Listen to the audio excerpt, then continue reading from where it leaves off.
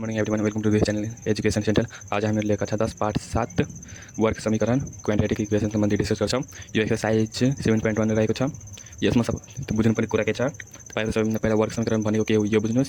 वर्ग समीकरण भनेको 2 डिग्रीको समीकरणलाई वर्ग समीकरण भनिन्छ। जस्तै x² + 5x + 6x 6 = 0 यो वर्ग समीकरण भयो, किनभने यसको डिग्री 2 छ, यसको घात 2 छ, यो सबैभन्दा बढी पावर भएको अनि यसको पनि घात 2 छ, त्यसैले यो वर्ग समीकरण भयो।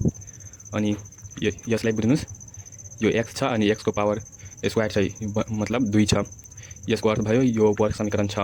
यदि यहाँ 3 राखे बापत यो वर्ग समीकरण हुँदैन, त्यसैले यो वर्ग समीकरण छ। अब अभ्यासतर्फ लगाऊ। अनि एउटा कोही फर्मुला रहेको छ, यदि ax² + bx + c = 0 छन् भने यो यसको x को रुट्स x = ±- b अनि ± √b² - 4ac / 2a हुन्छ। यो फर्मुला रहेको छ। अनि अब क्वेसन तर्फ लगाऊ। क्वेसन नम्बर 1 मा तपाईहरु सजिलैसँग गर्न सकिन्छ। म डाइरेक्टली क्वेसन नम्बर 2 गरिरहेको छु। क्वेसन नम्बर 1 मा एकचोटी एक्सप्लेन गरिदिन्छु। क्वेसन नम्बर 1 लेखे भने दिएका मध्ये कुन कुन वर्ग समीकरण हुन्, कारण सहित लेख्नुहोस्। अनि यो छ, यसलाई सिम्प्लिफाई गरे बापत यो x - 2 छ अनि a - b को होल स्क्वायर मा तोड्नुस्। अनि सिम्प्लिफाई गरे बापत वर्ग समीकरण आउँछ। यदि डिग्री 2 छ भने वर्ग समीकरण हुन्छ, अनि डिग्री 2 छैन भने वर्ग समीकरण हुँदैन। यस्तै गर्न सकिन्छ यो 1 नम्बरको। अनि तपाईहरु गर्नुस्। म एकैचोटी क्वेसन नम्बर 2 गरिरहेको छु। क्वेसन नम्बर 2 लेखे भन्छ, खण्डीकरण विधिबाट हल गर्नुहोस्। अनि यसलाई 3 वटा विधि हुन्छ। एउटा खण्डीकरण विधि, अनि एउटा वर्ग पूरा गर्दा विधि, अनि एउटा सूत्र प्रयोग गरेर। यो सूत्र प्रयोगमा यो फर्मुला युज हुन्छ। अनि यो 2 नम्बर भनेको छ खण्डीकरण विधिबाट हल गर्नुहोस्। अब म क्वेसन नम्बर क गर्छु। क्वेसन नम्बर क x² - 3x - 10 = 0। सबैभन्दा पहिला हेर लेखौ। अब यो x² माइनस, अब कतिले मल्टिप्लाई गर्दा 10 आउँछ अनि जोड्दा वा घटाउँदा 3 आउँछ। यो कुरा रहेको छ। यो तपाईहरु 8 क्लासमा नै सिकिसक्नु भएको छ, तर पनि म भन्छु, यो कतिले मल्टिप्लाई गर्दा 10 आउँछ अनि माइनस गर्दा वा जोड्दा 3 आउँछ। यसलाई सबैभन्दा पहिला 10 को लसा लिने। 10 को लसा लिँदा 2 5 अनि 2 आउँछ। अनि यो 5 × 2 गर्दा = 10 हुन्छ। अनि 5 - 2 गर्दा यो 3 हुन्छ। यो हाम्रो मिलेको छ।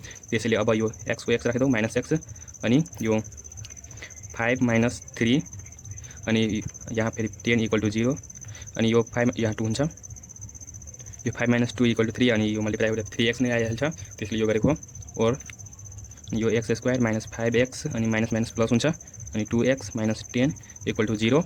और यो x कमन लिँदा दुवैमा x कमन आउँछ अनि x - 5 प्लस, अनि यसमा 2 कमन आउँछ 2 अनि x - 5 = 0। अब यसमा यो टर्ममा पनि x - 5 छ अनि यसमा पनि x - 5 छ, त्यसैले यो कमन आयो x - 5 अनि यो x + 2 बाँकी रहन्छ, x + 2 = 0। अब यो आइदर और गरिदेऊ, आइदर x - 5 = 0 अनि और x = 5 आयो एन्सर एउटा। अनि एउटा और x + 2 = 0 और x = -2 आउँछ। x को हाम्रो दुईवटा भ्यालु आउँछ, एउटा x को 5 अनि एउटा -2।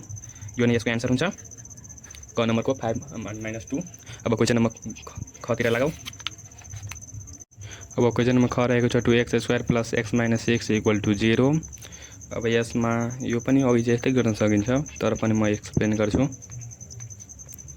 अनि यो 2 ले यसलाई मल्टिप्लाई गर्दा यो 12 आउँछ अनि 12 अनि कतिले मल्टिप्लाई गर्दा 12 आउँछ अनि प्लस माइनस गर्दा 1 आउँछ।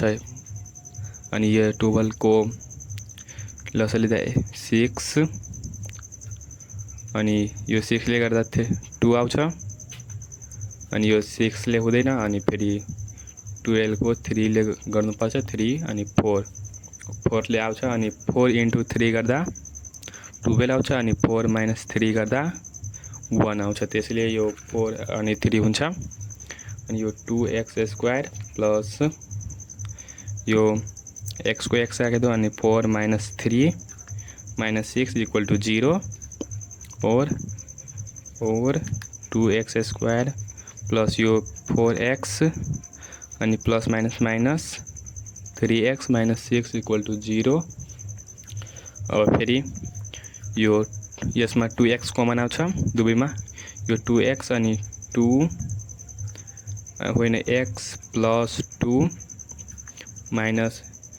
माइनस कमन लिँदा -3 कमन लिन सकिन्छ यसमा। अनि यो x + 2 आउँछ फेरि अनि यो = 0 अब और अनि यो यसमा पनि x + 2 कमन रहेको छ, x + 2 अनि फेरि यो 2x - 3 बाँकी रह्यो = 0। अब फेरि यो आइदर और गरिदेऊ, आइदर x + 2 = 0 अनि यसलाई गर्दा यो 2 दायाँतर्फ जाँदा x = -2 एन्सर आउँछ। अनि एउटा और 2x - 3 = 0 अनि फेरि यो और 2x = यो 3 उतातर्फ जाँदा +3 अनि फेरि और x = 3/2 एन्सर आयो। x को हाम्रो दुईवटा भ्यालु आएको छ अनि एउटा छ x = -2 अनि एउटा छ 3/2, यो दुईवटा भ्यालु एन्सर हुन्छ। अब क्वेसन नम्बर ग तिर लगाऊ। अब क्वेसन नम्बर ग अलि डिफ्रेन्ट टाइपको रहेको छ, यसलाई पनि सजिलैसँग गर्न सकिन्छ। यसमा सबैभन्दा पहिला यो यसको पनि तल 1 छ अनि यसको पनि तल 1 छ, त्यसैले यो अनि 8 लसायो अनि यो 8 × 2 16x² माइनस यो 8x अनि फेरि प्लस 1 को 1 अनि = 0 अनि फेरि यो 8 क्रस मल्टिप्लाई हुँदा यो 0 नै आइहाल्छ, त्यसैले यो 16x² - 8x + 1 = 0। नेक्स्ट स्टेपमा यो 16 × 1 हुन्छ अनि 16 × 1 60 हुन्छ अनि 60 को खण्डीकरण गर्दा यो 4 जो 16 आउँछ, त्यसैले यो 4 4 अनि यहाँ पनि 4 × 4 गर्दा 16 आउँछ अनि 4 + 4 गर्दा 8 आउँछ, त्यसैले यो 16x² माइनस यो x अनि 4 + 4 अनि फेरि +1 = 0।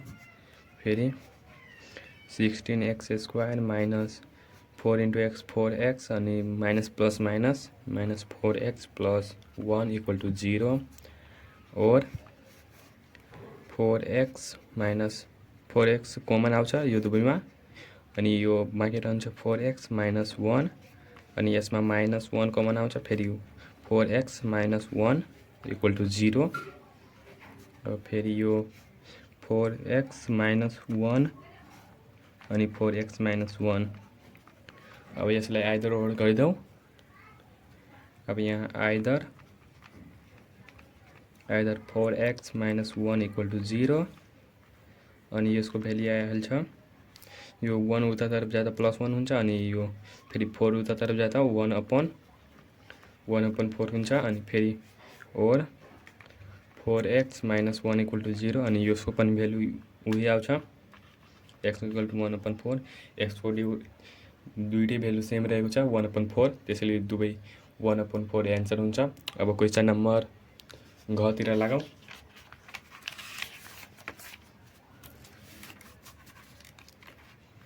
अब क्वेसन नम्बर घ के रहेको छ, 100x² - 20x + 1 = 0। अब यसलाई पनि सजिलैसँग गर्न सकिन्छ। अब यो 100 × 100 अनि 10 × 10 गर्दा 100 आउँछ अनि फेरि 10 + 10 गर्दा 20 आइहाल्छ, फेरि यो आउँछ 100x² - x अनि 10 + 10 अनि फेरि +1 = 0 और 100x² - 10x + 10x होइन, यहाँ माइनस हुन्छ, प्लस माइनस हुन्छ, त्यसैले यो फेरि +1 आउँछ = 0 अनि 10x दुवैमा कमन आउँछ 10x अनि 10x - 1 फेरि -1 कमन आउँछ 10x - 1 = 0 और 10x - 1 अनि यो दुवै कमन आइहाल्छ 10x - 1 = 0। अब आइदर 10x - 1 = 0। अब यो पनि x = 1/10 आइहाल्छ अनि ओरमा पनि त्यही हुन्छ 10x - 1 = 0 अनि यो पनि यसको पनि दुईवटै भ्यालु सेम नै आएको छ, यो दुवै भ्यालु x को भ्यालु के आउँछ 1/10 अनि एउटा 1/10 दुईटा भ्यालु रहेको छ। अब क्वेशन नंबर अंगतिर जाऊ। अब अंग नंबर को question x² minus 45x plus 3 to 4 equal to 0 रहेको छ। यसलाई हामी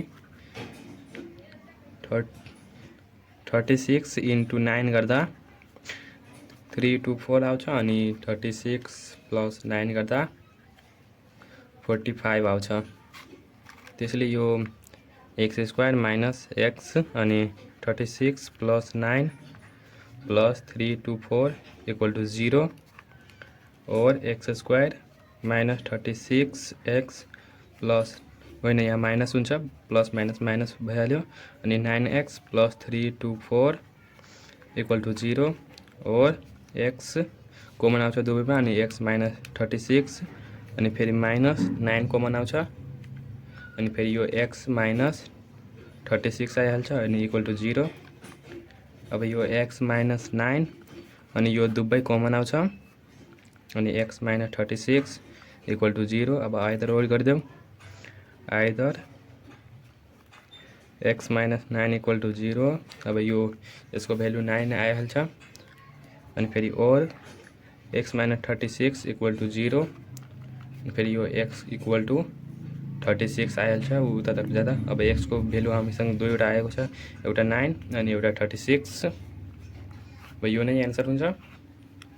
अब क्वेशन नंबर 6 हाम्रो के रहेको छ x² minus 27x minus 132 equal to 0। यो क्वेशन रोङ रहेको छ। यो क्वेशन नै रोङ रहेको छ। यो सोल्युसन गर्न सकिँदैन। क्वेशन रोङ रहेको छ यो। अब हामी नेक्स्ट पार्टमा यो पार्ट 1 थियो अनि नेक्स्ट पार्टमा क्वेशन नंबर 3 and 4 सोल्युसन गर्नेछौँ अनि फेरि पार्ट 3 मा हामीले क्वेशन नंबर 5 and 6 सोल्युसन गर्नेछौँ। यस एक्सरसाइज को टोटल 3 वटा पार्ट आउँछ। पार्ट 1 मा हामीले क्वेशन नंबर 1 and 2 डिस्कस गर्यौं अनि पार्ट 2 मा 3 and 4 अनि पार्ट 3 मा 5 and 6 हुन्छ। अब म यो भिडियो यही अन्त्य गर्न चाहन्छु।